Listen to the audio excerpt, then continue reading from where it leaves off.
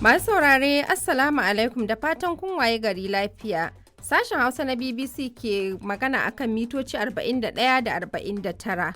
To a cikin shirin namu na yanzu za ku ji cewa shugaban Faransa Emmanuel Macron ya ce wutar dajin da ke ci gaba da kamari a kasar wani babban bala'i ne da rabon da su ga irinsa tun yakin duniya na biyu.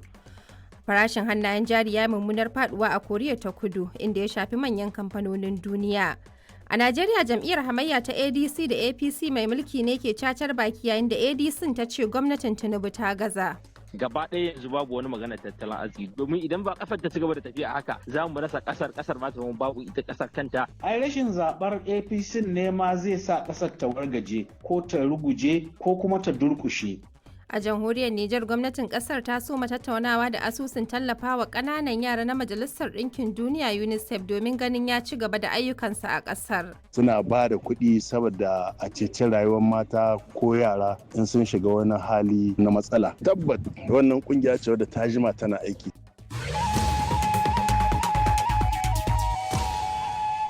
To shirin na dauke da waɗannan da ma ƙarin wasu rahoton amma duk sai bayan na fara da karanto maku labaran duniya suna na Rabi'atu Kabarranka.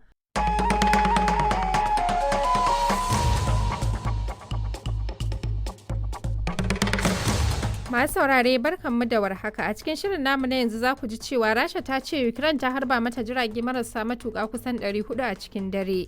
Farashin hannayen jari ya yi mummunar faduwa a Koriya ta Kudu inda ya shafi manyan kamfanonin duniya. A Najeriya, jam'iyyar APC ta kare kanta daga zargin da jam'iyyar Accord a jihar Oshun ta yi mata na cin zarafin mambobinsu. Magana ce ta su kokari su tallata kansu ga jama'a ta yadda za su samu magoya baya. Suna yin wannan kuka ne ko yarfe domin kila sun ga alamar faduwa. Na dauke da waɗannan da ma ƙarin wasu rahoton amma duk sai bayan na fara da karanto maku labaran duniya suna na Rabi'atu Kabarranka.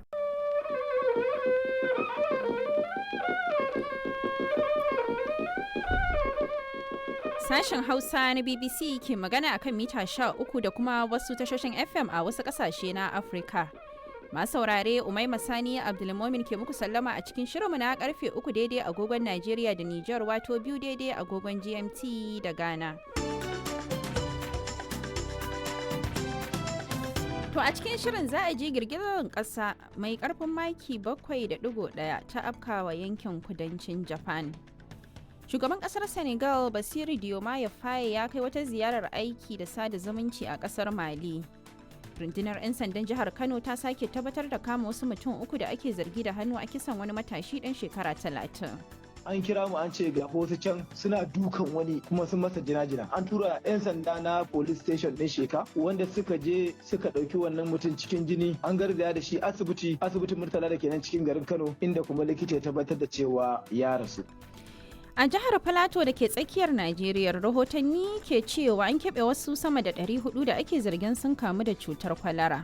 Mun iya mun treating wasu da yawa wanda ran discharge nasu.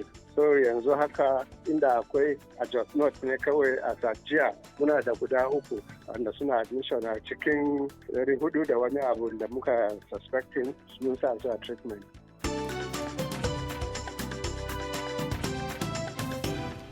To shirin zai kai mu har Chadi da Uganda, amma duka sai bayan Badariya Tijani Alarawi ta gabatar da labaran duniya.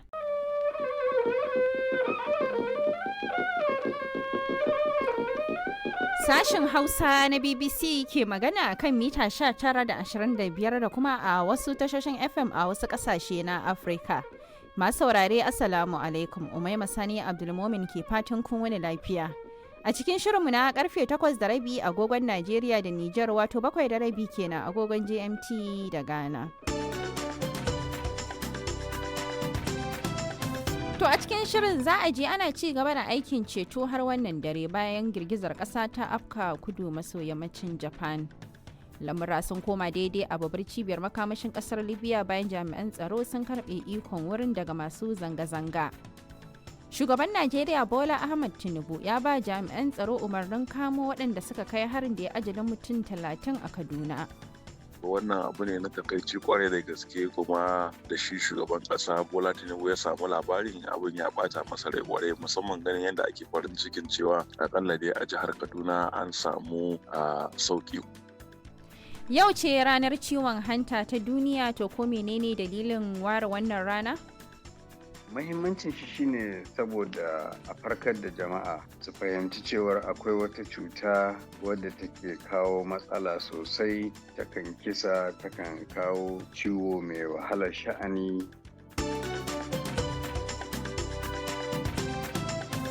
To akwai wannan da ma wasu rahotannin, amma duka sai bayan Badiriya Tijani Kalarawi ta gabatar da labaran duniya. DW shirye-shiryen sashin Hausa.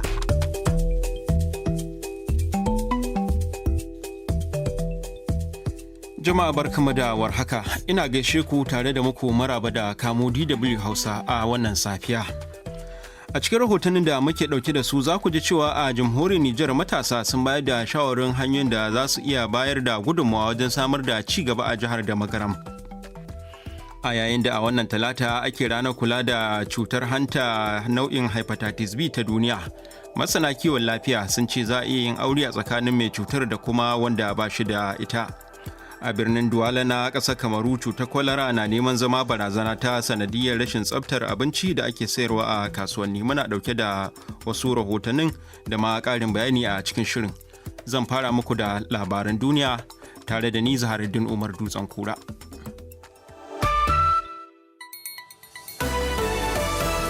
DW labarun duniya. Zafi mai tsanani na barazanar ƙara rura gobarar daji a ƙasashen Turai. Netanyahu ya sauka Amurka domin ganawa da Donald Trump. Iran ta zartar da hukuncin kisa kan mutanen da aka zarga da kitsa zanga-zanga. DW shirye-shiryen sashin Hausa. Masu sauraro barkanmu da warhaka, Raijana Munir ce ke farin cikin kasancewa tare da ku a zango na biyu a shirye-shiryen da muke kawo muku daga sashen Hausa na DW a birnin Bonn na tarayyar Jamus. A jerin rahotannin da za mu kawo muku za ku ji cewa tsananin zafi ya fara tilasta manoman Jamus lalubo hanyoyin dabarun noma domin kaucewa barazanar sauyin yanayi. A wani batu na takaddamar diplomasiya, shugaban Najeriya Bola Ahmed Tinubu ya ki ganawa da tawagar Afirka ta Kudu a Abuja da suka je domin ba da baki bayan matsalar kyamar baki. Za mu je Lagos domin jin yadda aka kaddamar da shirin inshorar gidaje domin rage asara. Wannan da ma wasu ƙarin rahotanni ne za ku ji, amma kafin nan ga Muhammad Tijjani Hassan da labaran duniya.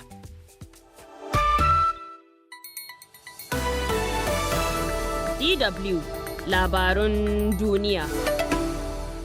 Girgizar ƙasa mai ƙarfin maki 7.1 ta auku a kudu maso yammacin Japan. Gwamnatin India ta gabatar da ƙudurin doka domin tsaurara hukunci kan masu hannu a satar jarabawa.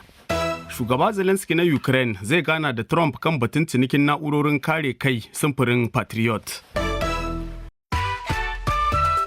DW shirye-shiryen sashin Hausa. Masu sauraro barkanmu da warhaka, Raijana Munir ya ce ke farin cikin kasancewa tare da ku a zango na uku na yada shirye-shiryen da muke kawo muku daga nan sashen Hausa na DW a birnin Bonn na tarayyar Jamus. A jerin rahotannin da muka yi muku tanadi za ku ji cewa jami'an tsaro a jihar Katsina sun hallaka fiye da 'yan bindiga 40. Gwamnatin Najeriya ta sanar da shirin sake ƙara wa sojojin ƙasar albashi. Shin kowane tasiri wannan zai yi ga sojojin da ke yaƙi da ɗimbin matsaloli na tsaro? Hukumar Hizba ta jihar Sokoto ta haramta wasu nau'ikan bid'o'i da ta ce ana gudanarwa a zamantakewar yau da kullum. Mun dubi halin da ake ciki ta fuskar doka da 'yancin ɗan adam. Ƙungiyoyin fararen hula masu rajin kare haƙƙin bil'adama a jamhuriyar Nijar sun buƙaci kotun ƙasa da ƙasa ta ICC da ta ba da sammacin kama shugabannin ƙungiyoyin 'yan ta'adda a yankin AOS kafin wa'adin ficewarsu daga kotun ƙasa da ƙasar.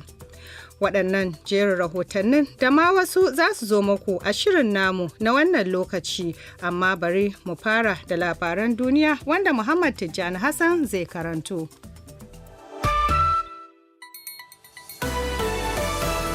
DW Labarun Duniya. Farashin ɗanyen mai ya faɗi a kasuwannin duniya yayin da rikicin gabas ta tsakiya ya lafa. Girgizar ƙasa ta yi ajalin mutum ɗaya tare da jikkata waɗansu da dama a Japan. Shugaba Diomaye Faye na Senegal ya shaddada goyon baya ga Mali a yayin ziyarar da ya kai Bamako.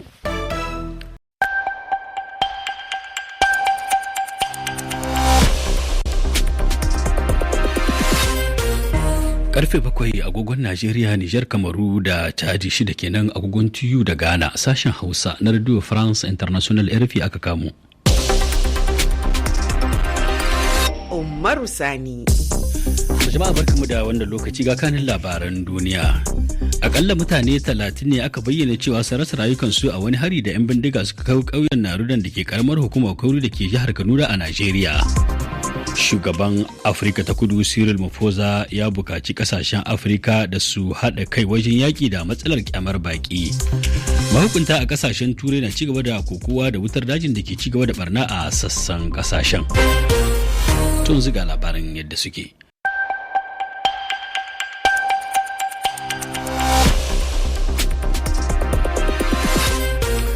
Karfe 8 agogon Najeriya, Nijar, Kamaru da Chadi, 7 kenan agogon TU da Ghana. Sashen Hausa na Radio France International RFI aka kamo. Umaru Sani. Jama'a barkanmu da sake saduwa ga kanin labaran duniya. Akalla mutane 30 aka bayyana cewa sun rasa rayukansu a wani harin da 'yan bindiga suka kai a jihar Kaduna da ke Najeriya. Ƙungiyoyin fararen hula a Kamaru wato sun yi Allah wadda da hukuncin ɗaurin watanni 6 da wata kotu ta yanke wani matashi bayan kama shi da laifin cin zarafin shugaban ƙasa. Al'ummar musulmi daga ƙasashe 70 na duniya na gudanar da taron su kan zaman lafiya a birnin London. Don ziga labaran.